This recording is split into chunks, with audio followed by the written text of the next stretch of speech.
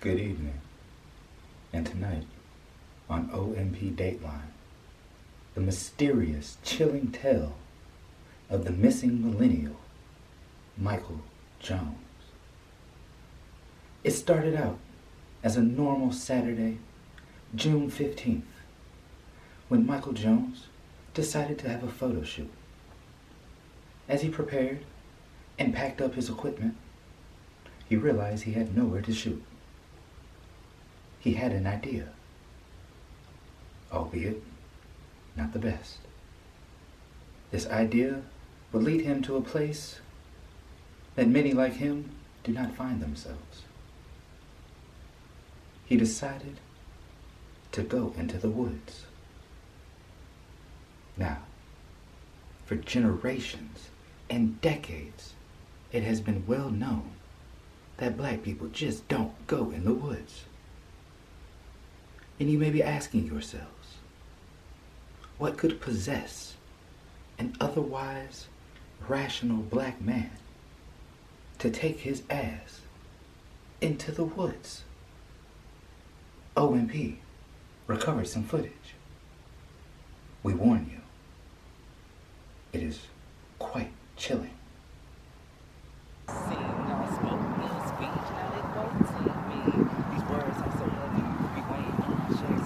Now, we were also able to recover footage that shows his reckless abandon and carelessness.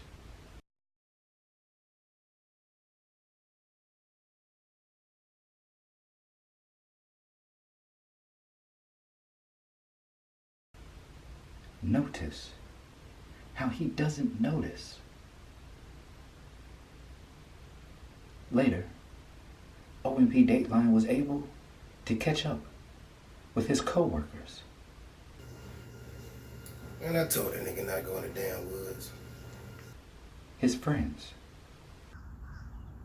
Man, I told that nigga not to go in the damn woods. And even his family. I told that damn boy not to go into the woods. As you can tell, he was warned multiple times of the great danger of taking his black ass into the woods. Nevertheless, he persisted. Had he used his phone for other things? Hey, what up, world? It's your boy Jokes the Baby. You already know, host of Controversial Conversation, out here with my boy. Maybe he would still be here.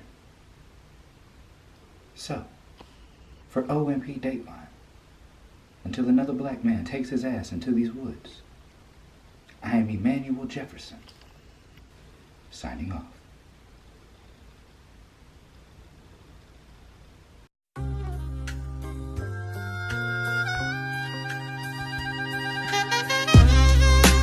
Welcome to my talk show.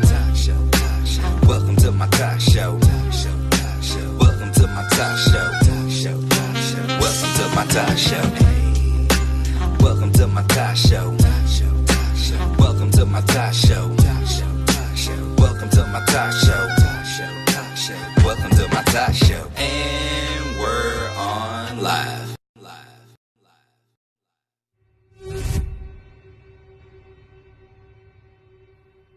Yo, yo, yo, what it do though? And welcome back to another episode of Controversial Conversation. Controversially speaking, I am your host, your boy, your vehicle through this journey to enlightenment. And damn, it's been a fucking hell of a week, hasn't it? Man, there's just so much craziness going on right now. Are we going to war? I know that's the number one question on a lot of people's minds right now. And honestly, it kind of seems inevitable. It's like, y'all remember those Pikachu memes? So basically, it's like, it starts off with, you better not do some shit. And then the second line is, well, that nigga did some shit. And then the third line follows with, now we must retaliate with, shit that you have done. So basically, we're fucking with Iran. You know what I'm saying? We're like poking a little stick at their ass. It's like, alright, we gonna fly around your shit, and if you fuck with us, then we're coming for you. We're ready for war, but we're going to instigate the war. And that's basically where we're at right now. It's really fucking stupid. We got a lot of bloodthirsty neocons like Bolton and Pompeo out here really, really thirsting for another just Iraq blunder. And we can't do this again, y'all. There was an interesting article written by Lawrence Wilkerson.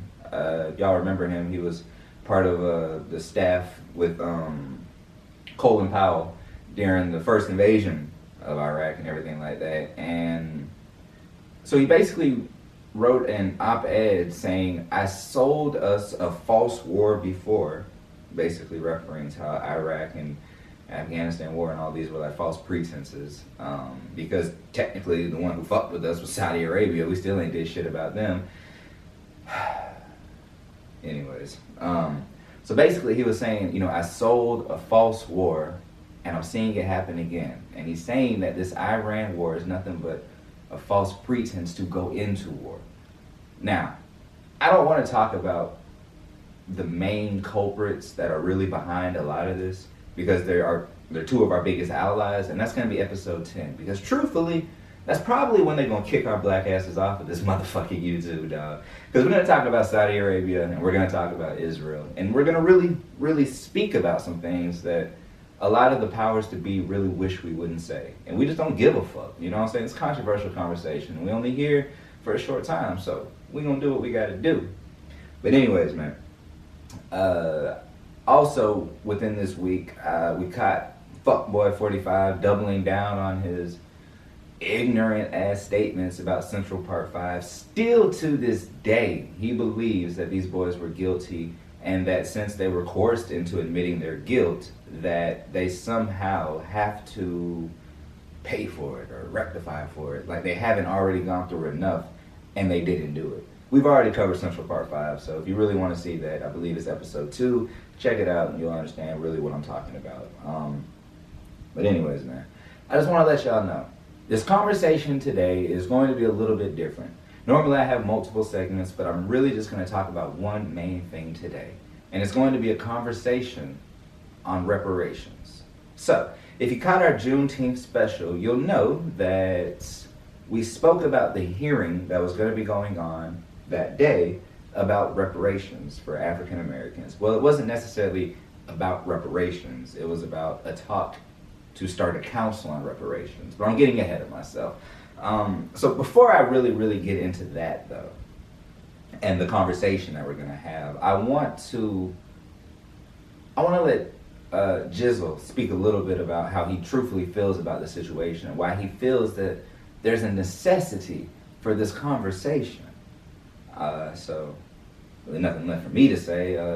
Jizzle, take it away. Did you see? This is no longer a material war, but a spiritual war. Opposing sides fighting for your mind and the right to tell you what's right. But how do you see the light?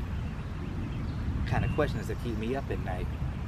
As I ponder upon these things, I always come up to answers that I don't like. As I hold the mic, figuratively, literally, and all the other ways I start to sway and reminisce of the days I had faith in humanity. But these days, humanity is taking it away. No longer are the leaders of the change the ones saying something. Nowadays, the ones talking are just talking to have something to say, and these amendments don't mean shit. When you can still become a slave, it's just no longer physical. Now your mind's inside that cage, collective rage over MLK and the way he was slain, took the dream from the people and left them in a weight. There's an ache in the heart of every black person inside these states that can never be healed by nice words and handshakes. We need change. We need to stop being persecuted just for staying in our lanes. Respectability politics is just selling out by another name. And we just repeat the process until we're exhausted.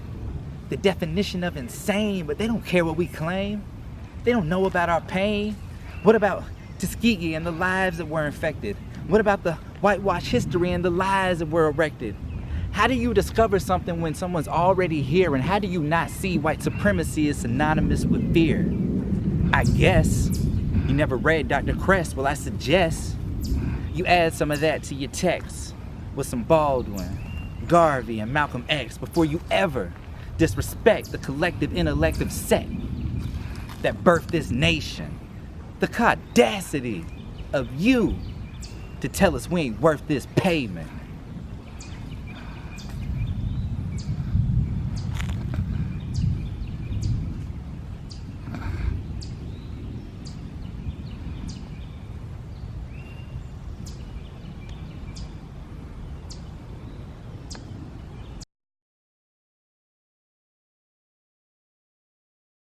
No. No. No. No. No. H.R. 40 is not a bill that says reparations are going to be given to black people. H.R. 40 is nothing more than a hearing with 8 different council members in front of Congress speaking about 2 things. 1, are reparations necessary? 2, if reparations are necessary, what is the most pragmatic way to go about achieving such a monumental task? Now, like I said, there were 8 different council members. I'm not going to give you each council member and go through everything that they said individually, because I feel like that would really take me on a couple tangents. Because some of these people, some of the shit they said, my God, man, I wanted to, just like reach through YouTube and just slap the living taste out these fools, man. Damn. But anyways, what I'm really going to do is really actually go over the context of what was being spoken about within this hearing. And then I'll give you a few little, insights from certain people that I thought really said some really either powerful or some significant things. And then also at the end, I'm gonna go ahead and tell y'all exactly, truthfully, where I do stand within this conversation. So, what you got? Basically, it is a remedy to help repair a past injustice that has been committed.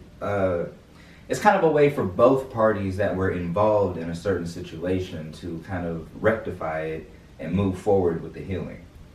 And in this instance, both parties would be America and African Americans. The long dreaded history that has been sparked between those 2 different parties is something that obviously needs to be rectified. So reparations seeks to find a way to remedy that. And in these talks, we are speaking about multiple ways to remedy this. Now, most people hear reparations and they think, oh man, these niggas just want some goddamn money. But nah, you see, yeah, we do want some money, but it's not just checks. Okay, there's multiple ways that we could look about remedying certain situations and stuff of that nature. We could maybe stop taxes on African Americans for a certain amount of time, I don't know, or maybe interest rates on school loans and things of that nature, or investing in the communities to make sure they have the resources and things that could properly help them progress as a community. We could stop the over-policing in the communities. We could address mass incarceration. We could address the war on drugs and how it's disproportionately targeting black people. We could talk about a whole bunch of things that are designed within the system to keep African Americans down. And then by addressing those things, by actually putting action toward those things, we can start to see that those were forms of reparation. By admitting what has been done and by attempting to rectify it in a serious manner.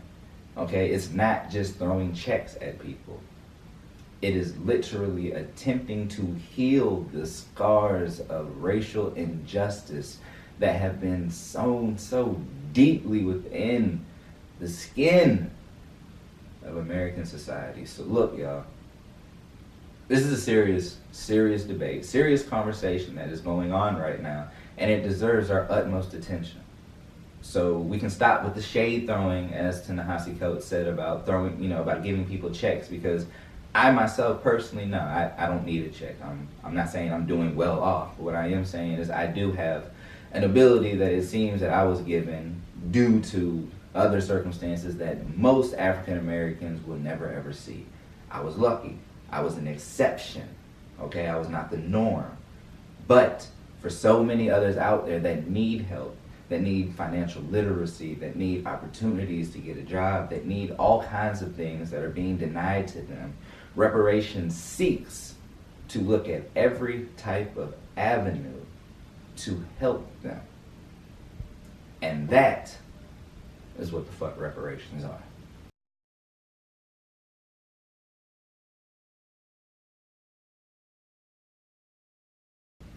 Well, fuck them. Basically, they're ignorant of the facts. So let me ask y'all something. Do you know who benefits the most from affirmative action? Nope, not black folks. Nope, not Asians. White women. Who said bullshit? Nah, man, I'm dead ass serious. Listen.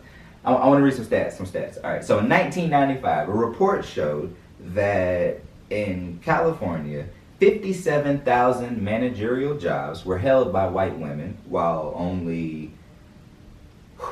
10,500 were held by all African Americans, 19,000 were held by all Latinos, and 24,000 were held by all Asians. So white women literally doubled the second highest demographic of business leaders. And this was 2 decades after affirmative action had been put into place. So basically, as the studies were being looked into who was benefiting the most in this point, it was white women. That's not it. 2015, they showed in New York that they were concerned that there were so many white women business owners that they would never be able to bridge the gap with contractors and stuff.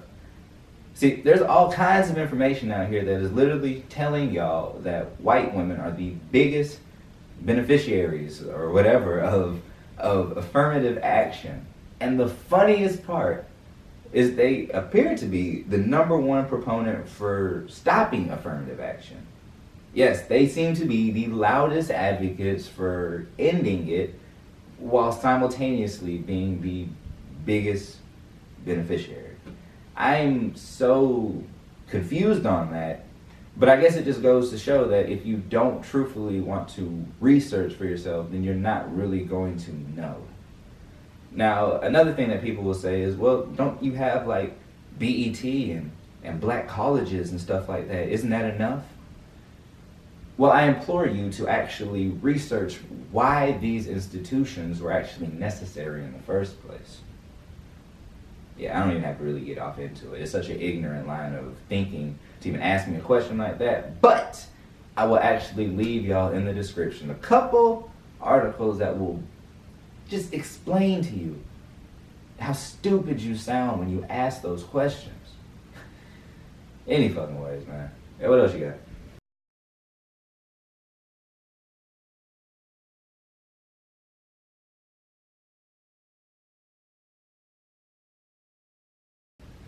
Alright, that's a good question. So, I said I wasn't really going to get too much into what the panelists had to say during the hearing or whatnot, but Te-Nehasi Coates made a very, very brilliant point about how it's always the bad side of history that we tend to act like doesn't matter anymore. We don't do that with George Washington. We don't do that with Abraham Lincoln. It'll be the exact same time period, and we'll glorify something. But at the exact same time, we'll act like something else either didn't happen, or we don't need to talk about it, or, it was just non-existent. So, in the fact of saying that this happened 160-something years ago or whatever, yes, slavery might have ended then. But let's talk about other situations that have been a direct result from the conscious evolution, I would say, of white people due to post-slavery. And that is the dehumanizing of African Americans in every way that they could find. to include keeping them from voting, to include keeping them from participating in any other form of what we consider American democracy, keeping their rights away from them, locking them up for nothing other than standing around because they couldn't find a job. But you had loitering laws, all kinds of just stupid ass things like that. Okay, and then we'll move forward. Redlining, Jim Crow, and things of that nature. These were put in place and were still in law while some of the people alive today were alive back then. You get what I'm saying? Like, the first person to integrate schools is only 63. Okay, think about that. The first time that we integrated our schools in modern era, she was only 5 years old, and she's only 63 today. This is not something that happened thousands and thousands of years ago. Okay? This is something that has been continuing. All right? Continuation. Like they said, it's like a stab. All right? Now, I'm going to hit you right here first. That's the initial effect. But you might have secondary effects, tertiary effects later. Okay? So just because slavery might have been the initial cut, the initial stab, it doesn't mean that everything that came after it wasn't a result from that initial cut. So that's what we are saying. Just because everything that you want to talk about said happened 150 years ago, but there's still everything else that happened along with it, after it. That is what the reparations are about. Okay, so no, you and Bitch McConnell and all these other motherfuckers, y'all might not have been around back in 1865. You are correct. But what about 1964? What about 1965? Yeah, there was a lot of people alive around that time. Even my own parents were alive at that time. So think about that. Like, this isn't something that we can just gloss over. This is a serious, serious thing that we really need to actually look into. So yes, it's time to have this conversation. And yes, just because you feel that 150 years ago you had nothing to do with this, it doesn't mean that you are not complicit today in a system of white supremacy that allows you to operate in the way that you do and allows others to not operate in the exact same accordance. So yes, we need to rectify. Just saying.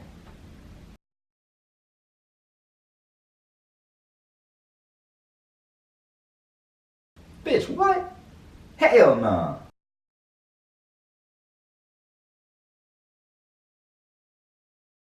Well, let's see. There's a decline in bank ownership. Now, what that does is it makes it that much harder for capital to circulate through black communities, allowing blacks to get loans for houses, loans for businesses, for school, shit, whatever. Because it's that much harder for, just gonna be honest, it's that much harder for a black person to establish the credit that they need to go into a financial institution, on average, and come out with a loan for certain stuff without predatory practices.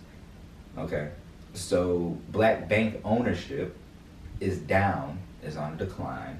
Black home ownership has never ever been on a rise, even since the housing bill happened. There's an actual article that says within the 50 years since it's happened that there has not been any inclination of home ownership for blacks. Instead, there's actually been a decline, while white home ownership has been on a rise or has stayed steady. Now, there's also Tulsa, Oklahoma, affectionately known as Black Wall Street. And basically, Black Wall Street was a booming, wealthy, thriving black town where they had banks and lawyers and courts and basically everything you would need, but it was very, very well off. And through a term called economic envy, whites from surrounding cities and counties came through and burned everything down.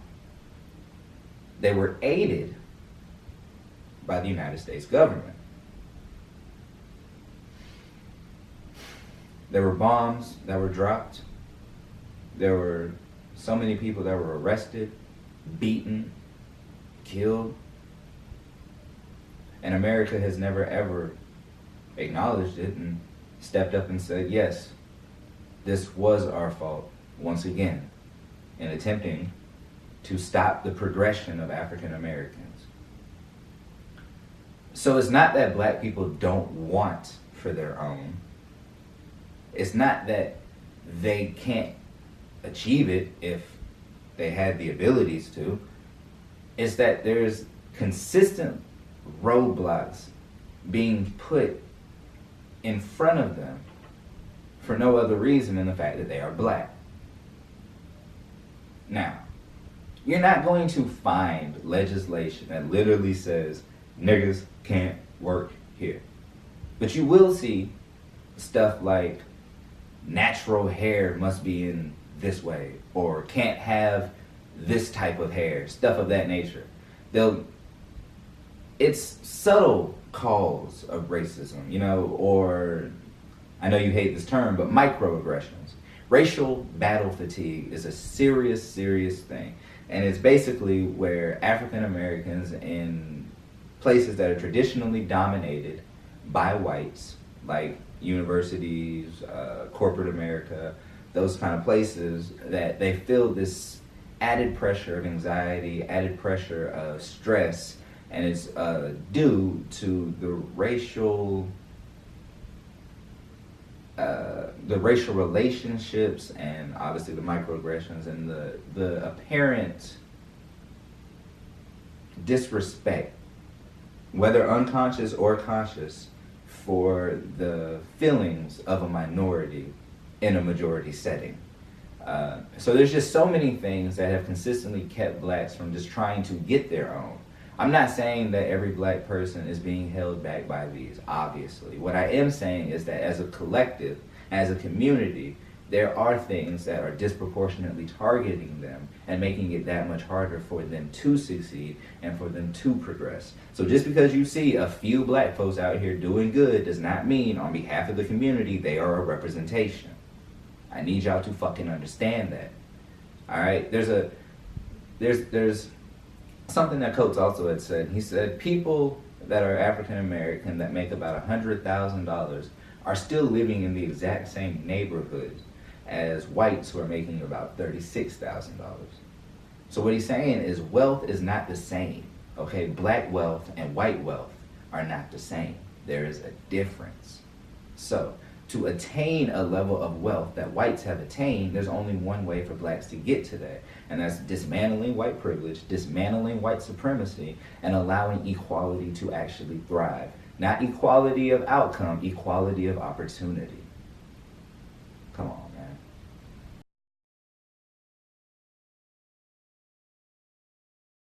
Well, I guess it's no surprise. I stand with the notion that we need to start the council to begin talks about why reparations are necessary, and then to go past that and to actually find ways to assess how we're going to do reparations, all right? That's really where I'm at this point. It's not, as I said earlier, just the years of slavery. It is everything. It is the complete history to this present day of what is going on. And I know people will ask, why does the government need to pay? And I will tell you, because the government is the most complicit actor in all of this. It has allowed for laws to happen. It has allowed itself to turn its back on its people. It has allowed lynchings and the KKK and death mobs and things of that nature to continuously wreak havoc throughout decades and generations without actually attempting to stop it. It has terrorized its own citizens into a state of complicity, and within doing such has instilled a level of fear that most people will never be able to understand or recognize. So to me, reparations are a no-brainer. I am definitely for a conversation on how, you know, we do those. But to me, it's not about whether we do or whether we don't. It's whether we do it now or next week. You know what I'm saying? Like it's about the time now. It's not about whether we're going to. That should not be on anybody's mind anymore. And if you truthfully, after listening to everything that we've talked about, have been given the facts, have been given the stats, have been given the historical context, and you still truthfully believe that it's just black people with their hands out asking for some money, then I don't know what to fucking tell you.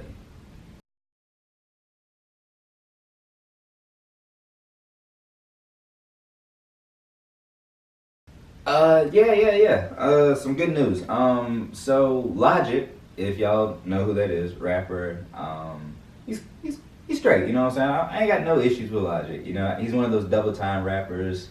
He doesn't really have too much substance to me, really, that much. I was really, really enamored with his flow when when I first got onto him and stuff, but I haven't really been listening to him too much. But anytime a rapper starts their own label, I have to give them a round of applause, man. I love that. Take back the reins from these bitch ass labels, man. Fuck them, alright? And interestingly enough, one of the first people to reach out and say that they would be down, apparently, is Joyner Lucas. And why is that interesting? Well, if you've been following hip hop, you know that for the past 2-3 years, they've been having a little bit of a beef. They did squash it. I'll get to that in a second. But it basically started with Joyner and Logic's business partner or manager, something of that degree. They had met at a listening party, and they were talking, and Joyner let him know that he was doing this song called I'm Sorry, which was basically about suicide prevention. He lost his friend, he was doing a video and everything like that, and he also told him that he had a video, or the album coming out, and the album was titled A Phone Number. I think it's 207-208-5508, something like that. And the guy took the information back to Logic, apparently told him, and then Logic came out with his suicide prevention hotline number song. Joyner felt slighted, and then they were both supposed to be on Tech-9's Sriracha track, and Joyner was just like, yo, Tech, come on, man, it's your song. Let me on, man. It's your song. You can do whatever. And, Tech trying to be fair to Logic. He's like, look, man, I gotta go through both of y'all, this, that, and the other. I gotta go through Logic, let him see it was cool and stuff like that. So apparently they end up doing it. Logic sends him a half-ass verse that everybody contends that this was a bullshit-ass verse. Even Logic admits it within the verse that he knows it wasn't something that he probably should have even sent to Tech, but whatever. So Joyner was pissed off about that. He's like, you're disrespecting a legend in the game. So they've had, beef brewing. Logic tried to take the positivity route while still having subliminal shots. It was really corny, if you want to be honest. But then they came together and did a song. I believe it was ISIS, and it was a military theme song about beef, which is pretty clever. And they basically worked it out within this this setting, and now Joyner is, at this moment, apparently trying to get on with Joyner. With Logic, and I don't think Joyner is actually signed to a label anymore. I'm not sure if he's with Atlantic or whoever he was with, but it looks like, he's trying to do that. I think that's dope, Not that I'm against beef, but if it's going to bring the creativity of both of these out, and gel together, I think that could really, really be dope. So I am for them getting past that beef. But speaking of beef and gangsta ass shit, today's album that we want to review came out, well, the same year I came out. Niggas with attitude, dog, straight out of Compton. And I don't even have to tell y'all what my favorite song off of here is, but I'm gonna go ahead and tell you. It is Gangsta Gangsta. No, I'm just kidding. Fuck the Police, man. My favorite song on here, obviously, is Fuck the Police. One of the most influential songs of hip-hop's long, illustrious 46-year career. Is it 46 now? I believe so, yeah, 46. So, this album right here caused a lot of controversy. Literally had a letter sent to them by the FBI telling them, basically cease and desist. Like, look, man, y'all niggas is wildin'. All right, you can't be saying half the shit you're saying, and you can't be performing these songs in certain places. And then arenas would tell them, y'all can't perform these songs and stuff like that. And they were like, I bet, we won't even perform that. And then 5 minutes later, they performed it. You know what I'm saying? Like that kind of shit. That shit was so real. This was one of the biggest groups in the world at the time. The most dangerous rap group of all time, y'all. No offense to Bone Thugs and Harmony. I fucks with y'all. Y'all my boys. Y'all my boys. I love y'all. But man, this right here started it. Started this big gangster trend. It also reached such monumental heights on the Billboard charts and stuff like that it literally was instrumental in helping rap become a mainstream genre, start getting accepted as an actual form of music, like pop, like country, like R&B, like everything else that was out at the time. This right here is what changed the game for rap in the charts. One of our greatest albums of all time by one of the greatest groups of all time, NWA, straight out of Compton. Yeah, I already know. But I can't talk about that album without talking about really politics in rap, okay? This is something that's been going on forever. So when I hear certain people who are novice listeners talking about, I like listening to rap, I like all of that stuff, but I just hate when they get political. Y'all have to understand, this was a socio-political movement. Like, these roots came out of the struggle that African Americans were forced to endure, okay? You cannot have hip hop and rap without that pain, without that perseverance, without the political ideologies that were conceived in the hardened times of what they were going through, all right? Don't ever disrespect hip hop like that, because you're not a fan. You're just a listener, all right? But to us, to the ones that care about this culture, it means so much more. It is an outlet for us to speak upon the injustices that we see, to speak upon the beauty that we see, to speak upon the pain that we feel. Like there's so much that rap has to offer. So please take time to understand that it's vast, okay? This is huge. It is so much that is encompassed within hip hop. But for you to say that you don't like it when rappers are getting political, well then now you're disrespecting something. And I have a problem with that, and a lot of other people have a problem with that. So if that's gonna be you, all we ask is you don't bring your ass across that line into the hip hop community.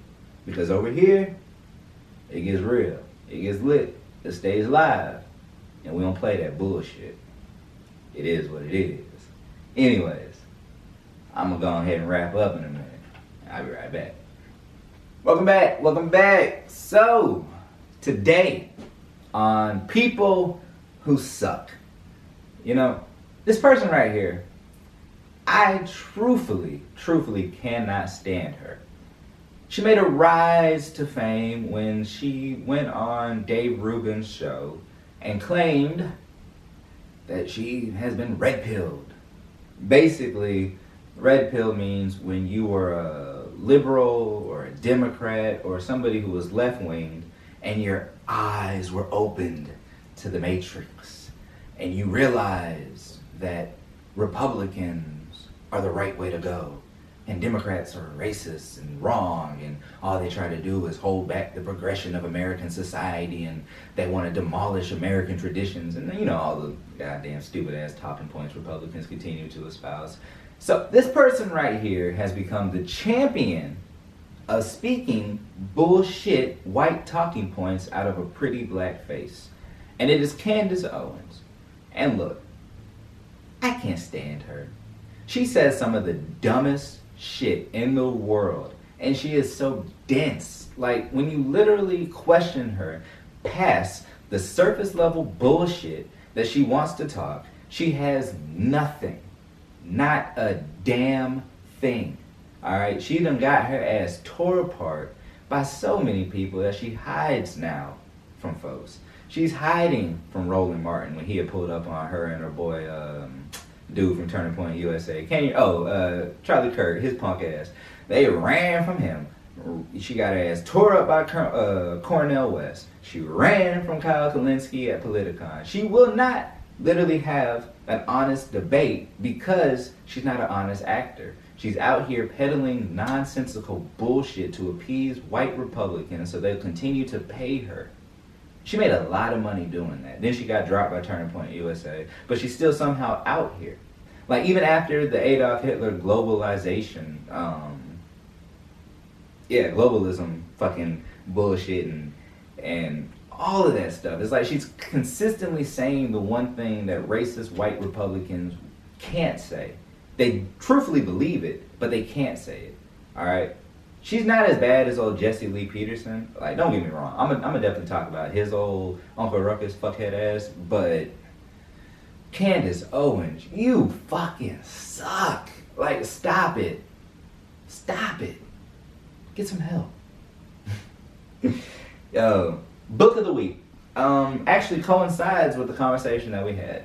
It was written by Michael Eric Dyson, one of my favorite public speakers. I think he is brilliant in the way that he's able to basically disseminate the information in a fun, witty, educational, and enlightening way. He basically wrote this in the form of a sermon, since he himself is an ordained minister.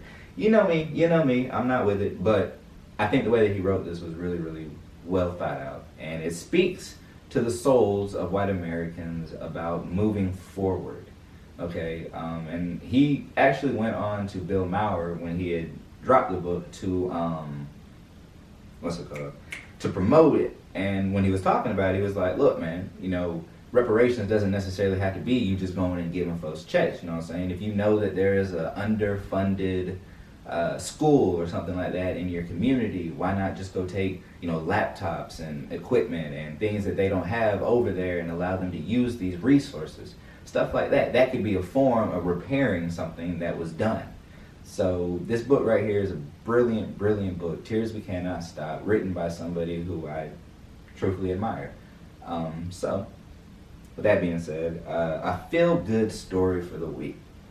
Now, Father's Day wasn't that long ago, but something that seemed to resonate with Black fatherhood even more than that day, y'all gonna laugh, the NBA draft. Y'all, I watched it. I never really watched it, but I watched it this year. I gotta be real, I started to tear up.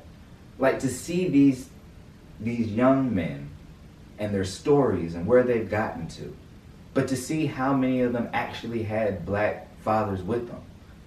Like, that was beautiful to me. Obviously, most of them had their Black mothers with them, unless they passed away tragically. There was a few, and that was horrible. But I don't know, man. It was just great. You always hear this narrative that Black men aren't stepping up, or that there's no Black fathers, or Black men are continuously running away from their problems and their struggles. And it's not true. All right? There are so many great Black men out here that are really just trying to do their best. And what I saw at the NBA draft was a lot of great, strong Black men, with the help of some great, strong Black women, raising some young, strong, great Black men. And to me, that is a feel-good story. So, I don't want to get too corny and keep going on about that kind of stuff. I just want to go ahead and, I guess, end it. And I just want to let y'all know, man, once again, it's been a fucking privilege, y'all. Like, I love this. To just sit in front of this camera, to talk to y'all and let y'all know how I truthfully feel about shit. Whether y'all care or not, doesn't matter. You know what I'm saying? It's the conversations that need to be started. So, I want y'all to start some conversations that you normally wouldn't talk about. What are some things that scare you to talk about? What are some of the things that are so taboo that if you think about it, you get goosebumps, you get sweats, you get chills, thinking about if you actually had to have that kind of conversation? I want you to present these topics to people that you normally wouldn't talk to. Why? Because you're going to get a perspective you normally wouldn't hear. It's time to have these conversations. And that is why we had a conversation on reparations.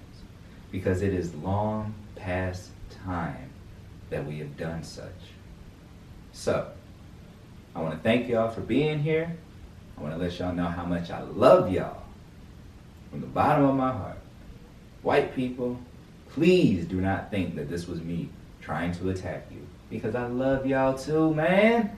Love all y'all motherfuckers. God damn it. Anyways, as always, 2 things. I need y'all to be good. And I need y'all to be great. One love. Just the Bay.